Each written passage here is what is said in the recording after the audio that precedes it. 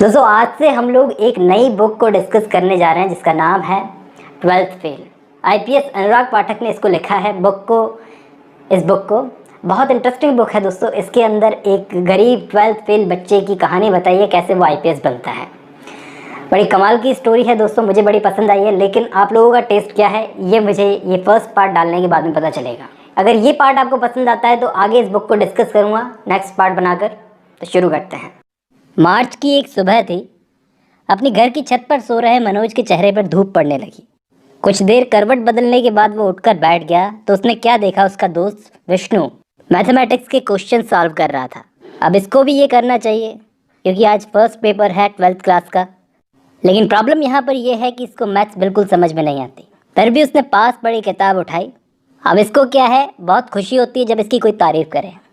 तो इसने क्या किया, वो किताब को उठाकर जब उसने देखा कि सामने कुएं पर औरतें पानी भर रही है तो उनको इम्प्रेस करने के लिए ज़ोर ज़ोर से मैथ्स के सवाल पढ़ने लगा। जब उन औरतों तक इसकी आवाज़ पहुंची तो उनमें से एक लेडी बोलती है इसकी तरफ इशारा करते हुए, देखो एक हमार मोड़ो है बिल्कुल ना पढ़त, और एक जे है मनोज रात भर लालटेन से पढ़ता रहता। जब तारीफ सुनने का मकसद पूरा हो गया तो इसने बेकार किताब हाथ में पकड़ रखी थी उसको साइड में रखा और एक नोवेल खोल ली। एक्चुअली ये रात भर लालटेन से नोवेल पढ़ रहा था और अब क्लाइमैक्स का सीन बच गया था। उसको पढ़ करके ये बाहर निकला जहाँ पर कुएं पर अभी भी औरतें पानी भर रही थी और उन्हीं में से एक औरत की पानी निकालने में हेल्प की कुएं से। तो उस औरत ने आशीर्वाद दिया, लल्ला तू फर्स्ट से पास होएगा। तभी वहाँ पर विष्णु के फादर आए, पंडित कालीचरण। ये गाँव के स्कूल में मैथमेटिक्स पढ़ाते थे क्लास 8 तक। ये मनोज को भी जानते थे और ये भी जानते थे पढ़ने लिखने में कैसा है। और यहाँ आते ही सबसे पहला सवाल ये मनोज से पूछते हैं, परीक्षा की तैयारी कैसी चल रही है मनोज? क्योंकि गणित में पास होना मजाक नहीं है। मैंने तो अपने बेटे विष्णु से कह दिया है कि अच्छे नंबर नहीं लाएगा, फर्स्ट डिवीज़न से पास नहीं होगा तो पढ़ाई बंद करवा दूंगा। लेकिन मैं जानता हूँ कि विष्णु गणित में होशियार है। अब ये बेचारा क्या करे। विष्णु वाकई होशियार था और ये सच्चाई को नकार नहीं सकता था। मुरैना जिला मुख्यालय से 30 किलोमीटर दूर जौहरा तहसील से सटे बिलग्राम में दिन की शुरुआत हो चुकी थी। आज के दिन में खास बात यह थी कि गाँव के लड़के लड़कियाँ 12th का पेपर देने जा रहे थे पहला। मनोज भी जल्दी जल्दी परीक्षा देने के लिए निकला। बेटे को जल्दी जल्दी जाता देख माँ दहलीज पर बैठी थी। रुक जा मोड़ा, रजनी ने रोटी ना बनाई का, खाली पेट पेपर दे बजाएगो। लेकिन आज मनोज की भूख मर गई थी। उसने अपनी माँ की बात को अनसुना किया और गणित की गाइड हाथ में लेकर आगे बढ़ गया। अब हर 10 मिनट में मुरैना से जौहरा, जौहरा से मुरैना आने वाली बस वहाँ से गुजरती थी और पुलिया पर बस में चढ़ने वालों की भीड़ जमा हो रही थी। पुलिया के पास बने हनुमान जी के मंदिर में मनोज जाकर के प्रार्थना करने लगा भगवान से, हे हनुमान जी बस गणित में पेड़ा पार लगा देना, आप ही का सहारा है। मंदिर से निकलकर जब ये बाहर आया पुलिया पर तो इसने क्या देखा, इसका दोस्त विष्णु और उसके फादर कालीचरण पहले से ही बस का इंतजार कर रहे थे। वहाँ पर एक लड़का बैठा था जिसके मुंह में तंबाकू था। उसने थूक कर पूछा, पंडित जी क्या विष्णु को नकल करवाने लेके जा रहे हो जौहरा? पंडित जी को इस बात पर बहुत गुस्सा आ गया। वो बोले, तुम लोगों ने कभी स्कूल तो देखा नहीं, ना किताबों का मुंह देखा ना स्कूल का मुंह देखा, तुम लोगों को क्या पता पढ़ाई क्या होती है। लेकिन हार मानना इस गांव में किसी ने नहीं सीखा था। उन लड़कों को आया गुस्सा। उन्होंने पलट कर जवाब दिया पंडित कालीचरण को, पढ़ के क्या थानेदार हो कहो, यही मास्टर बन के गिनती पहाड़े सिखाने हैं। जब मनोज ने देखा माहौल बिगड़ रहा है तो उसने खुद ही बोल दिया, ये मास्टरी तो बड़ी नौकरी है, मेरी लग जाए तो मज़ा ही आ जाए, लेकिन उसके लिए 12th पास होना ज़रूरी है मनोज। एक लड़के ने बोला, सुना इस बार चीटिंग नहीं होने देंगे नए एसटीएम। अब एग्ज़ाम शुरू होने से पहले ऐसी न्यूज़ सुनने को मिल गई। इसको उम्मीद नहीं थी, लेकिन इसने खुद को दिलासा दिया कि अचानक ऐसे कैसे चीटिंग बंद हो सकती है, इतने सालों से हो रही है। इसी चीटिंग के भरोसे तो उसको अपनी 12th पास करने की उम्मीद थी। 10th भी इसने ऐसे ही पास की थी। अब ये सब सोच ही रहा था, इतने में टेम्पो आ गया। टेम्पो आया तो ये पंडित कालीचरण, उनका बेटा विष्णु, तीनों बैठ गए। पीछे से बस आई। बस आते ही बस का कंडक्टर इस टेम्पो वाले से लड़ने लगा, कितनी सवारी बिठाएगा रे, तू काम कर अपनो, ये मेरा गांव है, बस ना चल पाएगी तेरी यहाँ पे। लेकिन दोस्तों जिसकी ये बस थी ना उसका मालिक बहुत ही पावरफुल था, पैसा बहुत था, इसलिए आरटीओ उसकी हेल्प करता था ज़रूरत से ज़्यादा सवारी भरने में। लेकिन यहाँ पर टेम्पो ड्राइवर बल्ले ने उस कंडक्टर को दबा दिया और वो डर गए। ड्राइवर और कंडक्टर वो वहाँ से चले गए, लेकिन उसको चेतावनी देते हुए गए कि अगली बार देख लेंगे। अब स्कूल पहुंचने के बाद में विष्णु और मनोज तो चले गए एग्ज़ाम देने के लिए। पंडित कालीचरण चले गए अपने किसी रिश्तेदार के घर। और यहाँ पर स्कूल चलाने वाले थे नरेंद्र सिंह। यह आदमी खुले में नकल करवाता है बच्चों को, क्योंकि यहाँ के बच्चों को प्रॉब्लम थी 3 सब्जेक्ट्स के अंदर, इंग्लिश, मैथ्स और साइंस, ये 3 सब्जेक्ट्स में ये अपने दम पर पास नहीं हो सकते थे। नरेंद्र सिंह ने इन सब को पास करवाने का जिम्मा उठा लिया था, इसलिए स्टूडेंट्स की तादाद बढ़ गई थी एग्ज़ाम देने टाइम पर। झुंड के झुंड अंदर आ रहे थे बच्चों के। नरेंद्र सिंह खिड़की से देख रहे थे और आज नकल कराने का जिम्मा था दुबे जी पर। अब सबको एक एक क्लास में जा कर के तो नकल नहीं करवा सकते थे, तो उन्होंने क्या किया, ग्राउंड में एक टेंट लगा लिया। वहाँ पर सारे परीक्षा देने वालों को बैठा लिया। घंटी बज गई, पेपर बट गए। पेपर को मनोज ने देखा और रख दिया और मैथमेटिक्स के टीचर दुबे जी का वेट करने लगा। दुबे जी के भरोसे था सब कुछ, वही करवाएंगे। अब वो ऑफिस में बैठे सवाल सॉल्व कर रहे थे। अब नकल शुरू हुई। पहला क्वेश्चन सॉल्व करने वाले थे, तभी एक पीली बत्ती वाली बोलेरो अंदर आती है। 5-6 सिपाही उतरते हैं पुलिस वाले। तो सबको लगा ये तो होता रहता है, हर साल ही चेकिंग होती है। लेकिन वो पुलिस वाले आए और सारी गाइड, पर्चियाँ वगैरह सारी बोरों में डाल ली। अब जाके दुबे जी को लगा कि सीरियस मैटर है। उन्होंने अपनी बीड़ी सुलगाई, फटाफट ब्लैक बोर्ड को साफ किया और जाकर नरेंद्र सिंह के पीछे जाके छुप गए। यहाँ सारे स्टूडेंट्स को लग रहा था कि 10 मिनट में पुलिस चली जाएगी और वापस से आंसर्स लिखवाना शुरू कर देंगे हमारे टीचर्स। लेकिन 10 मिनट में पुलिस नहीं गई। अब स्टूडेंट्स को भी डर लगने लगा। अब उनको लग रहा था हम फेल हो जाएंगे।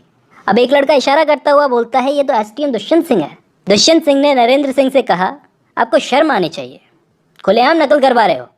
ये चीज़ देखकर घबराए हुए लड़के एग्ज़ाम देने जो आए थे वो और घबरा गए। मनोज को डर लगने लगा, लेकिन वो ये भी देख रहा था क्या पावर होती है एक सरकारी आदमी के पास में। क्या दबंग आदमी था, क्या रौब था। पुलिस वाले भी हाथ बांधे खड़े थे उसके सामने। अब जो नकल करने के लिए आए थे बच्चे, वो कोस रहे थे उस आदमी को। नरेंद्र सिंह को भी समझ में नहीं आ रहा था ये आदमी आ कैसे गया, सारी सेटिंग बिगड़ कैसे गई। नरेंद्र सिंह ने फिर भी कोशिश की, लेकिन आगे बात करने पर भी कुछ नहीं हुआ। ऐसे अधिकारी होते हैं जिनको जमी जमाई चीज़ें बिगाड़ने में मज़ा आता है। इसका कोई इलाज नहीं है। नरेंद्र सिंह को पता चल गया दुष्यंत सिंह का कोई इलाज नहीं है। ये नकल नहीं होने देगा, मतलब नहीं होने देगा। अब स्टूडेंट्स के बुरे दिन शुरू हो गए थे। आधे से ज़्यादा बच्चे कॉपी खाली छोड़ के चले गए, लेकिन मनोज कॉपी खाली छोड़ के नहीं गया। इसको उम्मीद थी, उसने सुना था कि कॉपी भरने से भी नंबर मिल सकते हैं। तो उसने क्या किया, पेपर में जो क्वेश्चंस लिखे हुए थे उनको बार बार कॉपी में उतार दिया और हर क्वेश्चन के एंड में लिख रहा था इति सिद्धम इति सिद्धम, जिससे शायद सवाल चेक करने वाला सवाल को सही मान लेगा ये देख कर ही। और कॉपी के एंड में लिखता है चेक करने वाले से, मेरी दादी की तबीयत ठीक नहीं थी इसलिए मैं पढ़ नहीं पाया, अगर आप मुझे पास कर देंगे तो ज़िंदगी भर आपका एहसानमंद रहूँगा। अब इसके एग्ज़ाम से पूरे हो गए, लेकिन उसका रिजल्ट नहीं आया था। अब एक क्रिकेट का मैच हुआ। अब ये मैच खेलने में तो अच्छा नहीं था, लेकिन फील्डिंग करने में बहुत अच्छा था। लेकिन एंट्री फीस देनी थी। बल्ले ने इससे कहा 10 रुपये एंट्री फीस लगेगी, हो तो आ जा। लेकिन ये बेचारा जानता था कि 10 रुपये जुटाना इतना आसान नहीं है। 7 महीने पहले इसके फादर आए थे और 10,000 रुपये माँ को दे के गए थे। तब से लेकर अब तक पता नहीं कितनी उधारी चढ़ गई है, वो 10,000 तो कब के ख़त्म हो गए। ठीक है, तो ये घर गया। घर में घुसने से पहले इसने अपनी मम्मी को देखा पड़ोस की ताई से बात कर रही थी। फिर अपनी माँ से पूछा जाकर, मम्मी 10 रुपये दे रही हैं क्या, मैच खेल पे जाना है।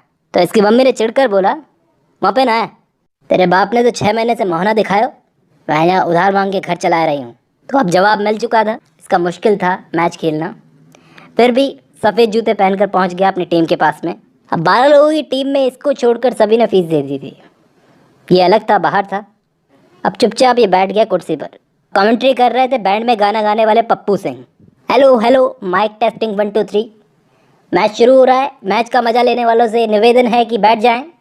ए लाल शर्ट बैठ जा, ओ काली शर्ट, ओ गाय घुस रही है, हटाओ उसको, फटाफट हटाओ। अब मैच के स्पेशल गेस्ट थे दुष्यंत सिंह एसटीएम साहब, जो कि अभी आए नहीं थे। अब मैच शुरू हुआ, तभी मैदान में हलचल हुई। दुष्यंत सिंह आ गए थे स्पेशल गेस्ट। उनके आते ही उनके गले में माला डाल दी गई। उन्होंने मना भी किया, लेकिन डाल दी इन लोगों ने। वो बोले इस सब की ज़रूरत नहीं है, मैच चालू रखो। वो बहुत सीरियस थे इस मैच को लेकर। मनोज उनको बहुत गौर से देख रहा था। परीक्षा के दिन भले ही एग्ज़ाम उन्होंने रुकवा दिया हो, लेकिन बहुत दबंग टाइप की पर्सनैलिटी थी ये। मनोज उनको नमस्ते करता है, वो भी मुस्कुरा के जवाब देते हैं। यहाँ पप्पू सिंह बहुत भावुक हो गए। उन्होंने गाना शुरू कर दिया, करे चले हम फिदा। अरे भाई कमेंट्री करना, गाना क्यों गा रहा है, दुष्यंत सिंह ने उससे कहा। अब ये आदमी ढंग से कमेंट्री कर नहीं रहा था। दुष्यंत सिंह को आ रहा था गुस्सा, कमेंट्री कम कॉमेडी ज़्यादा कर रहा था। अब मनोज बहुत गौर से खेल देख रहा था, सबके सब देख रहे थे। इनकी टीम हार रही थी। मनोज को लग रहा था अगर मैं वहाँ पर होता तो संभाल सकता था। सिर्फ 10 रुपये के चक्कर में ये खेल नहीं पा रहा था, जिसकी वजह से इसकी गाँव की टीम हार रही थी। तभी पप्पू सिंह को कोई काम आ गया, वो उंगली दिखा करके चले गए इसी को माइक देकर मनोज के हाथ में। फिर मनोज के दिल में जो कुछ भी आ रहा था वो कमेंट्री करने लगा। कैप्टन बल्ले संभाल नहीं पा रहा था अपनी टीम को, ये कमेंट्री किए जा रहा था। और अब कमेंट्री मजाक में नहीं चल रही थी, बहुत सीरियस हो चुकी थी। दुष्यंत सिंह को इसकी कमेंट्री बहुत पसंद आने लगी। तभी पप्पू सिंह अपना काम करके वापस लौटा तो दुष्यंत सिंह ने कहा, तुम नहीं करोगे कमेंट्री, इस लड़के को करने दो। और आखिरकार उसने जोश के साथ पूरी कमेंट्री की। हालांकि इसकी टीम हार गई, इसके गांव की टीम बेलग्राम की टीम हार गई। बल्ले की टीम हार चुकी थी, बल्ले सर झुकाए आ रहा था। लेकिन यहाँ पर इसने कमेंट्री में कहा, लहरों से डरकर नौका पार नहीं होती, कोशिश करने वालों की हार नहीं होती। बल्ले ने अकेले ने बहुत कोशिश की अपनी टीम को जिताने की, तो इसके लिए तालियां बजनी चाहिए। उसकी कमेंट्री को सुनकर बल्ले की बैटिंग पर तालियां बजने लगी। हारने के बावजूद उसने कमेंट्री से अपने गांव की इज्जत बचा ली। इसके बाद में एसटीएम साहब ने उससे कहा, अच्छा बोलते हो, क्या नाम है तुम्हारा? सर मनोज कुमार शर्मा। तो इनसे तारीफ सुनने के बाद दुष्यंत सिंह से ये तो बस नाचने लगा, क्योंकि इसको तारीफें बहुत पसंद थी।